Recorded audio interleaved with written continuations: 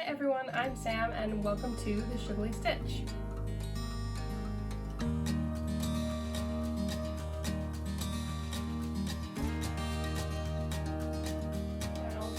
Hi there, welcome back to the Shoogly Stitch, my YouTube channel where I talk about all things mostly knitting and spinning, but sometimes some sewing, crochet, any kind of fiber arts. My name is Sam, I'm based in central Scotland where I live with my partner and our Dashin Poppy, and this is my channel where I share everything kind of craft related. So let's get into it.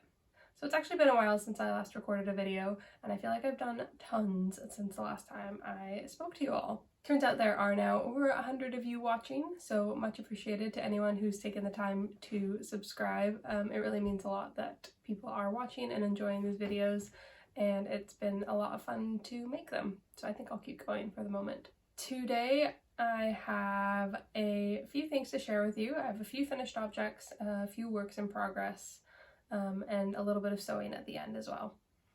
So my first finished object is actually what I'm wearing. So this is the Metamorphic Pullover that I shared on a couple of my previous podcasts, and the pattern is by Andrea Mowry. It is a circular yoke sweater, knit top down, seamless. It's a pretty straightforward pattern, but the exciting thing about this one is that this is actually my first sweater made all in my own hand spun. So I'll move my hair back so you can see a little bit more, and I'll put some pictures in as well. I pretty much knit it exactly to pattern. I used the needle sizes recommended in the pattern, so I think that was a US size 6. Size 6 I think for the body. I went up to size 7 for the arms, as recommended, because you know your gauge can get tighter on smaller circumferences. And yeah, it was really quite straightforward. So with this pattern, it is reverse stockinette on the outside, as you can see, with a few accent details down the front and down the arms as well, and that's just a slip stitch. But you actually knit it the opposite way, like you knit it inside out. So you knit it with the knit side showing, and then you turn it inside out at the end to get the reverse stockinette stripes. So the yarn for this pattern is, as I said, my own hand spun, and it is a made from an art fat from Celia McWheely, and this is the remaining yarn. So I've actually got quite a lot left of it. It's a lovely accent color. So I've got quite a lot of that left, and I haven't totally decided what I'm going to do with the rest of it. And then the main color, the kind of teal, is Yarnadelic fibre from John Arbon Textiles, and they're a kind of a smaller mill down in England. They make really lovely colors, really lovely fibres. So that is the main color. This is the first time I've actually bought fibre specifically for spinning into a big project like a sweater, and I was a little bit uncertain of how much to order. So I made my best guess, I think, and obviously because I knew I already had the contrast color that I'd spun up, I ordered about 300 grams, I believe, of the accent color, and that was enough, barely. You can see I've got bracelet length sleeves. I would have done full length if I'd had enough yarn, but I just was a little bit short.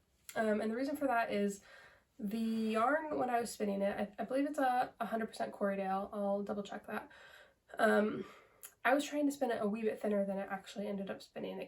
I spun it like what I thought was the correct weight, and then I washed it and it plumped up, and that happened in my sample as well. So when I started spinning the main bulk of the project, I tried to compensate for that and spin a bit thinner, but clearly didn't work, because the same thing happened. It fluffed up a bit as soon as I washed it and kind of snapped it. But in the end, I did have barely enough. Like, it doesn't look peculiar. As far as the pattern goes, or like the fit of the finished object, I'm really, really happy with it. It's like the perfect sweater, like sweatshirt sweater. Like it's as easy to throw on as just like a sweatshirt, which is exactly what I am looking for. It's so easy to wear around the house. I think it's got a nice level of interest with the different colors on it. And yeah, I'm really happy with the finished product. Don't know if there's too much more. The only like minor thing is the neckline does stretch out a wee bit. Like I do kind of find myself occasionally tugging it up, but in general it's fine. I think that's kind of how a lot of circular yoke sweaters are, or I've certainly noticed it on Andrea Mowry's patterns and how they fit me before with her circular yokes. So that's fine. It is what it is. It's not really a major detail. It's just if there was one thing I was going to change, I would probably make this kind of neckline a little bit tighter. But overall, I'm really happy with it, and it's like I've been spinning almost a year at this point. I think I got my wheel in April 2022, and so yeah, it's not even been quite a year, and I am wearing a hand spun sweater, which is very exciting. So yeah, I'm really proud of this project and really happy to have it done. And it's the actual fiber content, so lovely, so like squishy. I find that word overused, but it is. It's just a squishy yarn, and it's lovely and soft. And I don't feel there's like no prickle at all whatsoever. So yeah, that is my first finished object. I love it. I'm still trying to decide what to do with the remaining yarn. There's obviously quite a lot here. I don't know the exact yardage. I would have to go do some math or measure it out again. But I am kind of leaning towards perhaps the Cinnabar shawl, which is another Andrea Mowry pattern. But it's just I find that she designs a lot of really interesting things for hand spun, just because she does design so much with like using spin cycle yarns, which is obviously meant to emulate hand spun yarns. So she has a lot of patterns that work really well with how hand spun colors work up. So the Cinnabar shawl is I think it's got some brioche, and then it's like part brioche and part another stitch, and it just looks really nice and cozy. So I just need to figure out if I want to do that with this and what accent color I would use, and if I do choose that, if I want to like spin up an accent color or if I just want to buy some commercial yarn to go with it. But that's a future decision. That's not a now project, that's a future project. So that was my first finished object. Don't mind me, I'm gonna knit some socks, I'll talk about these later.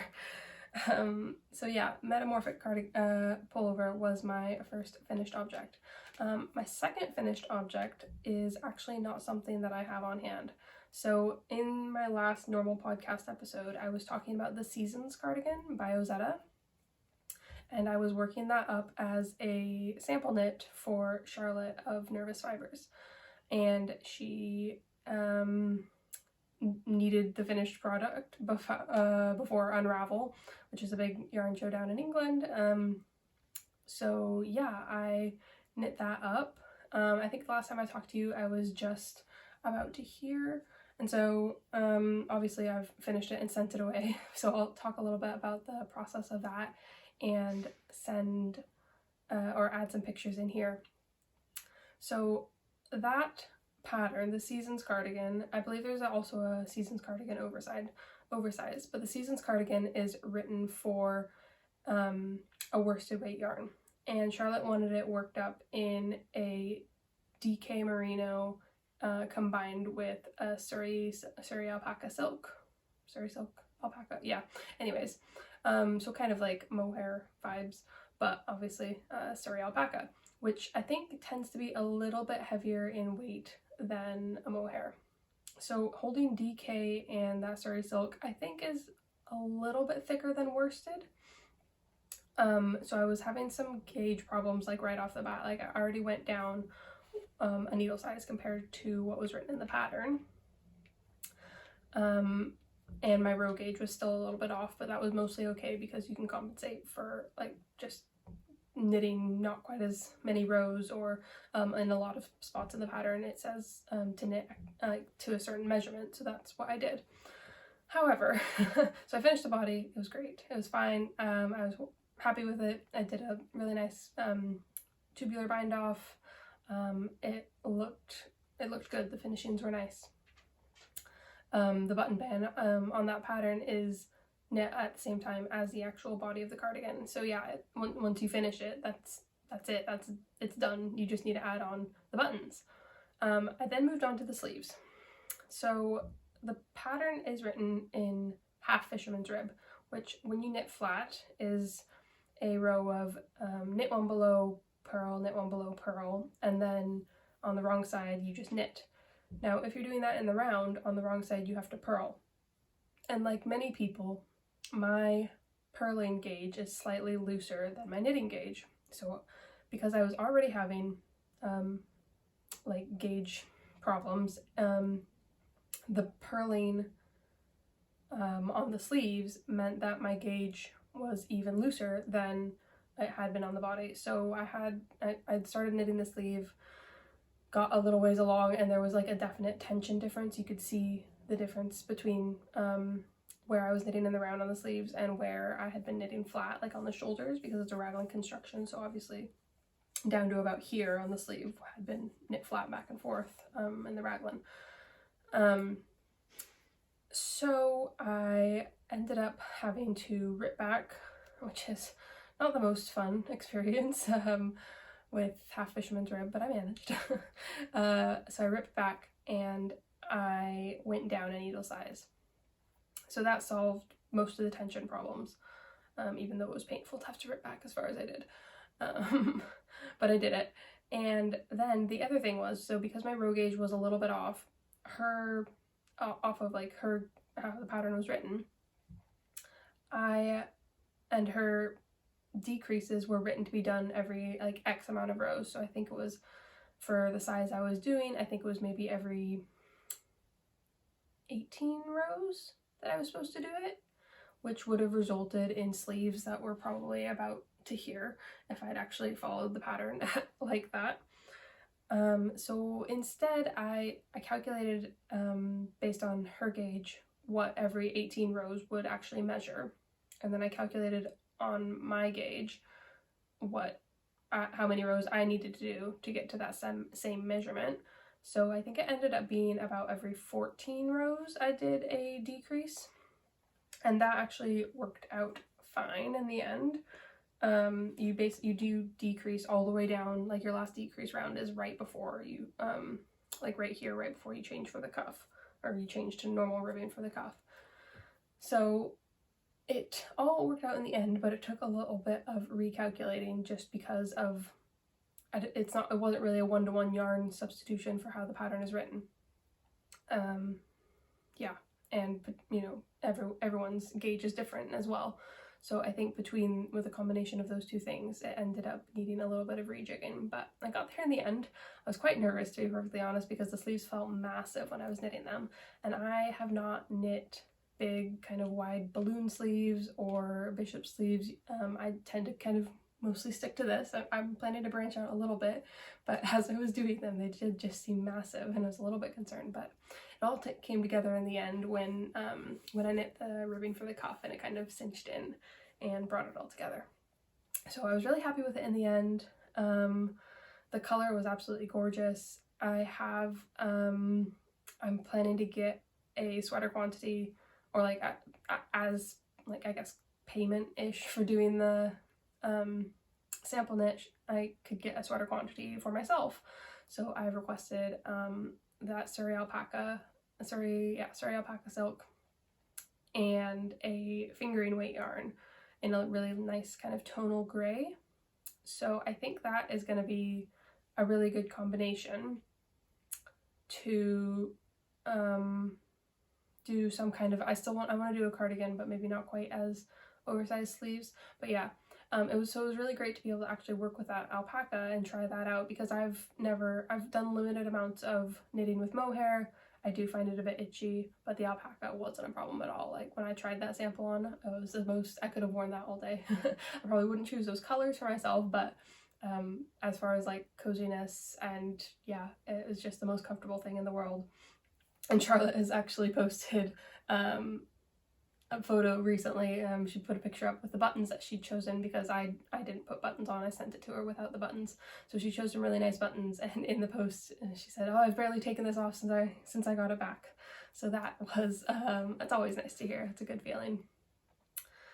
So yeah, I think that was about the quickest I have ever knit a sweater, especially one that is in half fisherman's rib, because that is a lot of knitting. You effectively have to knit every row twice, just the nature of the stitch, but it does make a really lovely fabric in the end. And I knit that in, I want to say, about a month, which I felt quite good about. I don't normally stick to one project at a time, so yeah, that obviously made it work out faster, and the fact that I had a deadline. But yeah, I was really happy with it in the end, and I'm not sure if I'd recommend the pattern. It was written fine. I don't necessarily love knitting the button band at the same time because it was a bit fiddly. So jury's out on that one, but it was an interesting construction. I'm glad to have done it. I feel like I learned more about different opportunities that are out there as far as choosing how to construct your item. So yeah, a good result in the end, and I really did love the final product. So I'm quite excited to get the yarn that I'm going to use from Charlotte and make my own kind of a little bit lighter weight version. So as far as other projects go, I don't really have anything to share with you that was in my last episode, I don't believe. And that is because I have recently been accepted into a couple test knits which have March deadlines, and therefore don't have time to work on anything else. So while I did finish this, that is largely because it was all that was left was working on the sleeves, and they were really simple to do, and the projects that I am test knitting are a little bit more complex. One of them I'm not actually able to share, and that's because it's a secret test knit, but it is a test knit for an exciting designer, Gudrun Johnston, who is the Shetland trader. So she's originally from Shetland and now lives in the US, and she makes really, really gorgeous projects. So a very exciting designer to have been accepted for a test knit, and I am working it up in these colors. So these are, the yellow is Rauma Fenul, and the blue is Hillsvag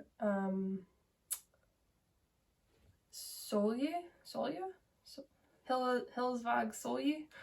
I'm pronouncing it Solje. So they're kind of very similar to a traditional, so they're very similar to just a traditional Shetland 2-ply, 4-ply that you might use, like a Jamieson and Smith. And I think the pattern would work quite well in that. These just happen to be colors that I had that were in the stash that are quite good contrast, so that's what I'm using for this secret knit. And that deadline is March 20th, so and then I should be able to share later in the year once the actual pattern is published. But that was very exciting because it's quite a big name designer. And then the other pattern that I'm working on test knit for is another big designer. I'm sure everyone will have heard of her, and that is Sari Nordland. So Sari makes the most gorgeous cabled designs, or at least that's kind of what I recognized her from. She's got a lot of popular patterns out there. I'm sure everyone knows who she is. I think her Robin beanie has been really popular lately. But what I'm testing is the Lucia sweater, and I will pull that out.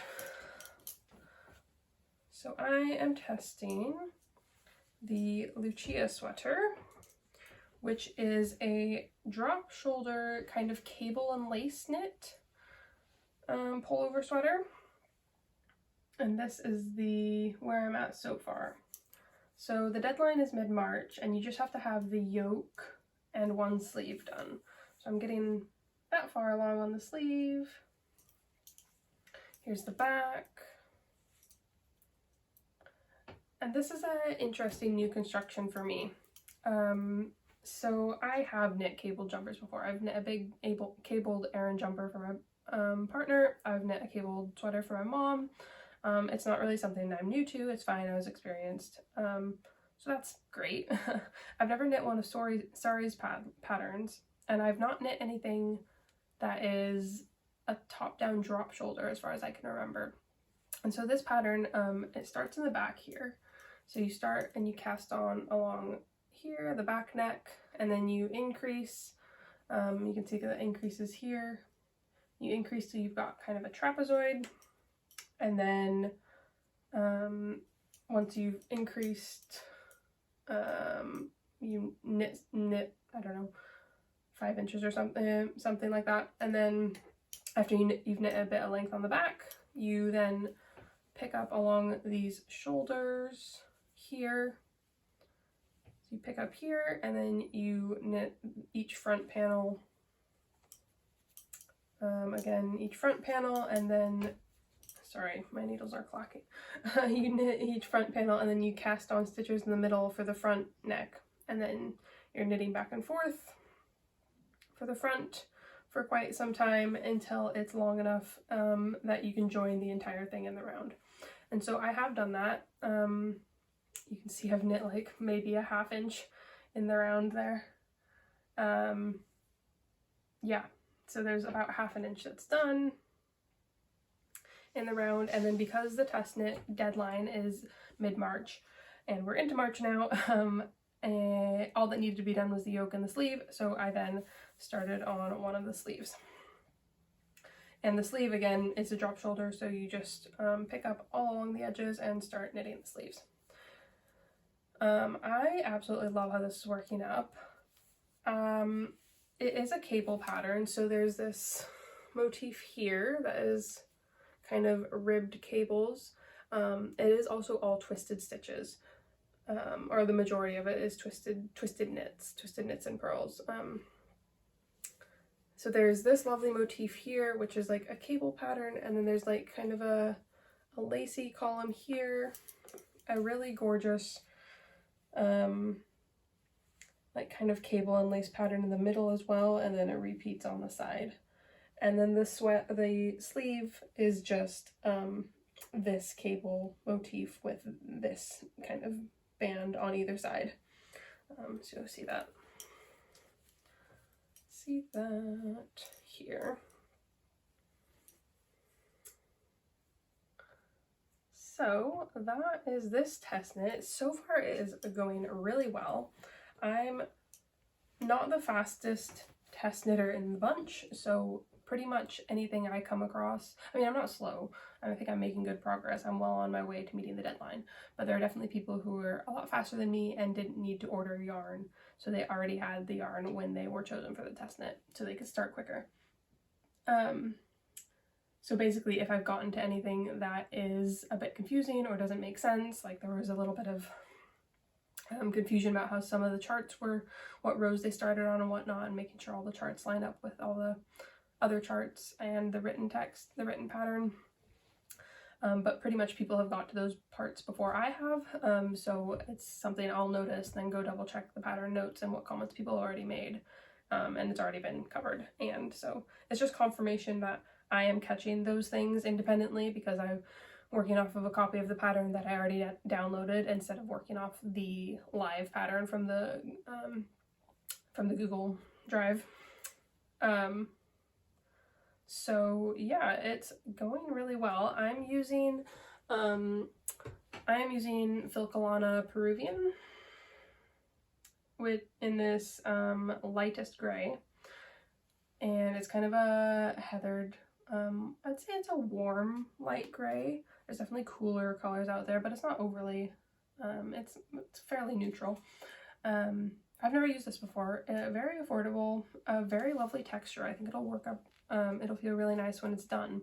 Like, it's not itchy at all, but it's also not super wash, which I am quite pleased about, so I think it'll keep its shape really well. As far as the cables go, you know, I think all cabled patterns look tricky when you are first presented with a big several pages of charts, but it's one of those things where once you've done a few rows and kind of set up the pattern and you know how it's supposed to progress, it's very straightforward. So once you kind of know what the cables are meant to be doing each row, it's quite easy to kind of know that you're on the right track and kind of read your knitting. So yeah, I'm definitely been working away on this primarily. This has definitely been my major project. Obviously it does require a bit more attention because there are cables every other row. So it's not like the only, like, I don't work on it if if I'm doing something else that I also need to pay attention to, and I'm just looking for my hands to be busy, I'll work on something simpler, but this has by far been the project that I'm working on the most lately. Once the deadline, like once I finish the sleeve, I will probably not focus solely on this because it's just not natural. Like I don't love having, like, being forced to only work on one project at a time. It's just not my preference. I'd like to be able to bounce back and forth between whatever takes my interest on a particular day. But it's, you know, it is very interesting. It's quite satisfying now to be on the sleeve and to have each round working up quicker and quicker. So yeah, I'm excited about it, and I'm really pleased with how it's working out. But I'm not gonna like rush to get it done. I'm gonna have the parts that need to be done by the deadline, and then after that, maybe take it a little bit easier. Something that did actually help with getting me going on this as well is that I have gone out to coffee with Venetia from the Woolly Worker a couple times. We realized that we live fairly close to each other, so it's been really nice to actually go and meet with someone who like is really into knitting and be able to chat all things kind of knitting and hobbies and, you know, all that kind of thing. And she actually had some of this Filcolana in her stash that she didn't need. It wasn't this color, but it was she had enough to allow me to swatch before while I was waiting for this yarn to be delivered, so that was really handy. So always good to make new knitting yarny friends. So yeah, that's really nice as well.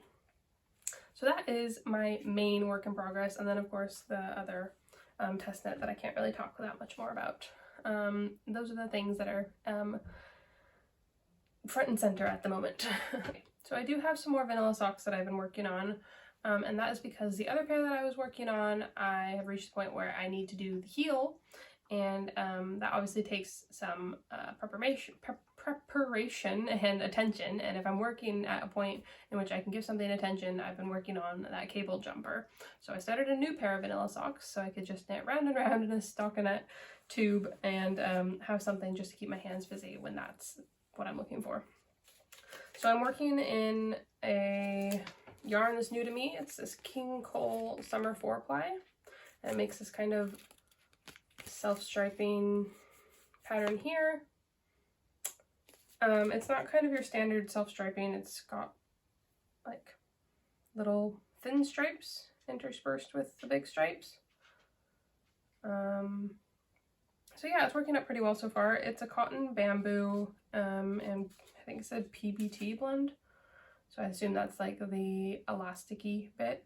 Yeah, going well. It just, you know, another pair of vanilla socks. I like them so far. They're decent colors. Yeah, not much to say about those. Okay, so now as far as non-knitting items, so onto the spinning. So in my last normal podcast, I talked a little bit about starting to use a drop spindle, and I did finish off the green yarn that I was working on at that time. I don't actually have it handy at the moment, but I do have a different project that I've started. So I am still using the drop spindle, same drop spindle, new yarn. It is another green project on there at the moment, but actually this is a rainbow fiber. So it's this really lovely Hilltop Cloud gradient dyed fiber, and it is specifically designed to be a sock blend. So yes, another sock project. But you know, I like knitting them, so why not? So it's a 70% superwash Cheviot, 15% Tussah silk, and 15% Bio-Nylon, which I believe is a nylon that will decompose eventually if you put it into like the compost. So that's been a really fun experiment, just to work on something that it feels like I can work on it for shorter periods of time than the commitment of sitting down at my wheel. Like just grab a few minutes here and there. And I've actually started doing the 100-day project, which is, I think it's more designed for artists, and I'm not sure, like kind of people who are drawing or creating print art in some form, but I decided to do it for myself and do a 100-day challenge of a challenge of 100 days of spinning on a drop spindle. So that is what I've been working on with this. Going pretty well. I really like it, and it's fun to watch how the colors work up with this fiber. Along those same lines, I have also recently ordered a Turkish spindle, which is this lovely thing.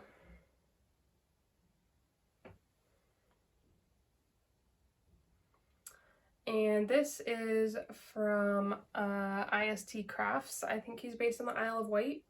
And this spindle is actually made of English Bog Oak. So I believe it's oak that like was effectively preserved in a bog for, let's see, I've got a note about it. It says, sourced from the East Anglian Fenland Basin, this stock of bog oak has been carbon dated to 3300 BC, so over 5,000 years old. And it says, logs are excavated from a sunken forest caused by a rise in sea level that started about 7,000 years ago. So it's this lovely kind of dark brownish black color. Yeah, not tons and tons to say about that. It's been interesting to experiment using the Turkish spindle. I mean, it's very similar in mechanics to a drop spindle. It's just that you wrap the fiber on differently. So a Turkish spindle produces this nice little, I think they call it a turtle when you're done. So you can pull the spindle out and then take the arms out, and you've got this this already prepared center pull ball that you can use. So you can apply it from both ends of the center pull ball. So that has been really interesting. I can't actually remember what this fiber is. When I first started spinning, I ordered a sampler from World of Wool that had several different fibers in it, and I think, or that is definitely what this, sorry, I just need to twist the fiber back. It's starting to, it doesn't hold its twist necessarily that well.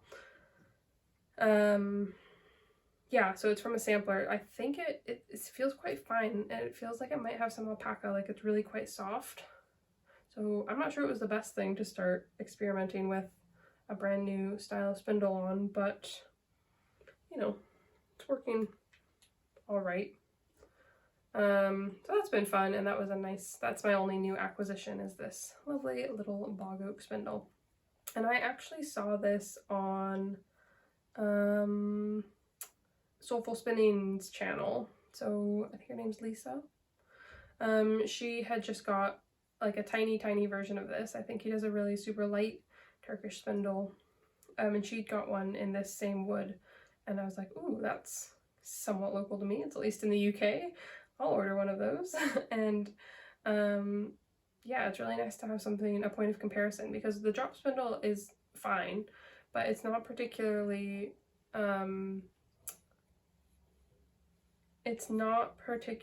like, it's a fairly kind of cheap and cheerful, it gets the job done, but I wouldn't say it's overly well balanced or anything, so it does stop spinning a bit quicker. And whereas this is like obviously like really well handcrafted piece, it's got weights in the arms, so it does spin for ages. So yeah, that's been my spinning journey lately. I haven't really sat on the wheel hardly at all, and that is partly because I've been trying to focus on getting these test knits done. Blessing and a curse, test knits. I don't always love deadline knitting, so I'm not sure why I thought it was a brilliant idea to sign up for two. Well, actually what happened is I saw both these test calls for the two tests that I'm working on come out at the same time, and I applied for both thinking, oh, surely I won't get both. And then I got both. But it's fine, they are progressing right along. And I'm not worried about getting them done by the deadline. So that is my current spinning situation.